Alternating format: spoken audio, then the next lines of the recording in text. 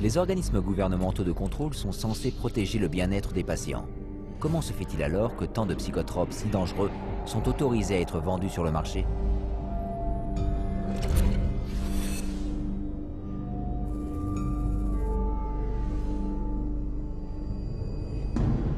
Il fut un temps où l'organisme gouvernemental de contrôle pharmaceutique et alimentaire des USA était considéré comme la championne de la pharmacovigilance. Mais en matière de psychotropes, c'est une époque révolue. Les psychiatres et les firmes pharmaceutiques ont pris la quasi-totalité du contrôle du processus d'approbation des psychotropes. Le conseil pharmaceutique de la FDA, qui recommande l'approbation des psychotropes, a depuis longtemps été dominé par des psychiatres qui ont des liens financiers avec les entreprises pharmaceutiques. Une enquête sur 10 ans révèle que 92% des réunions qui ont eu lieu comprenaient au moins un membre impliqué dans des conflits d'intérêts. En réponse à cette accusation selon laquelle il y a matière à conflit d'intérêts, la FDA rétorque qu'elle n'a pas réussi à trouver des experts du domaine de la santé mentale sans lien financier avec l'industrie pharmaceutique. Pour résoudre cela, elle autorise des psychiatres à s'asseoir au conseil pharmaceutique, même s'ils sont impliqués dans un conflit d'intérêts financier d'un montant de 50 000 $ par an. Cet argent provenant des firmes pharmaceutiques.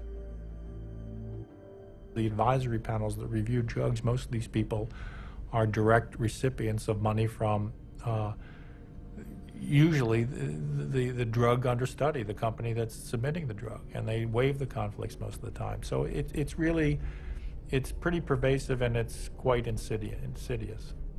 Full waivers have been granted to the following participants.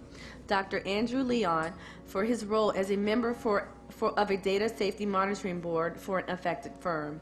He receives between $10,001 and $50,000 per year.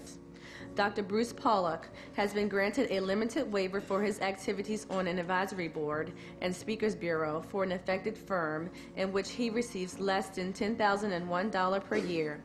Ms. Jean Bronstein for her ownership of stock and a bond in an affected firm in which the value falls between $50,001 and $100,000. You could be paid massive amounts of money by the drug companies, you know, in this sense, and then turn your head here and say, okay, now I'm going to review the drug. And that huge conflict of interest was not to be discussed. In fact, they didn't want people putting it out there. That was the policy. So they still allow it. They still allow that conflict to continue. But now it's meant to, you know, I guess they're supposed to acknowledge if there's a conflict of interest. But acknowledging the conflict and getting rid of the conflict are two different things.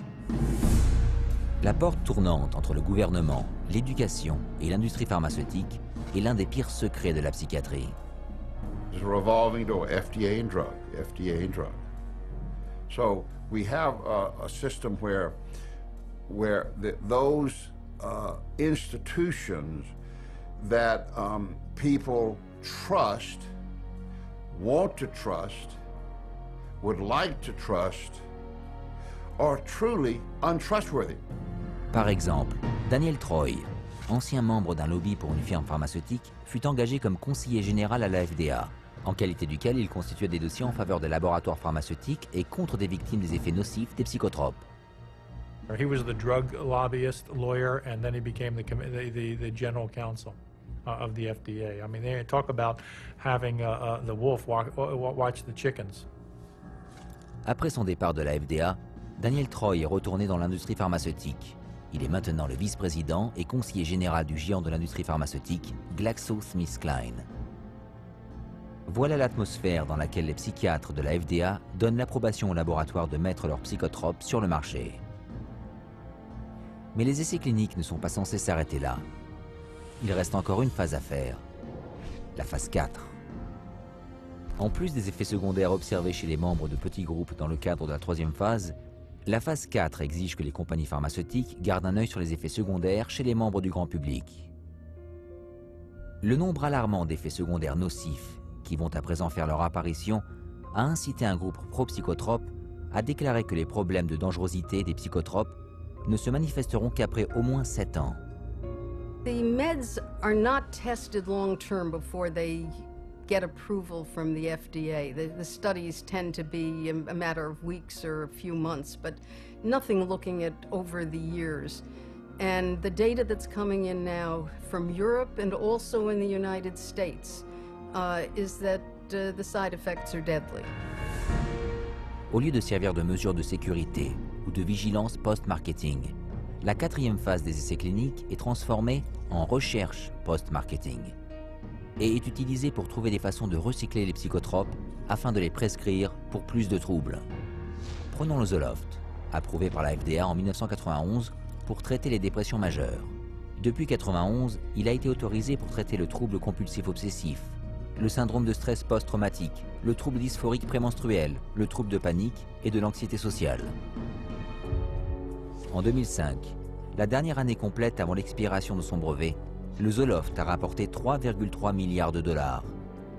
Et comme pour les autres psychotropes, la plus grosse partie du revenu représente un bénéfice net. 100 pilules de Xanax, par exemple, coûtent seulement 2 cents et demi à produire, mais se vendent en moyenne à 136,79 $, soit un profit de 500 000 %. C'est pour cela que la marge de profit des compagnies pharmaceutiques est de plus ou moins 16 %, le triple d'une entreprise moyenne. En 2006, les PDG des 10 plus grosses compagnies pharmaceutiques étaient chacun payés 18 millions de dollars par an, soit 400 fois le revenu moyen d'un foyer américain. Wall Street est ravi quand les firmes pharmaceutiques produisent des psychotropes, vu que les psychiatres ne les prescrivent pas pour guérir, mais pour soulager, donc ce procédé pourra durer toute une vie.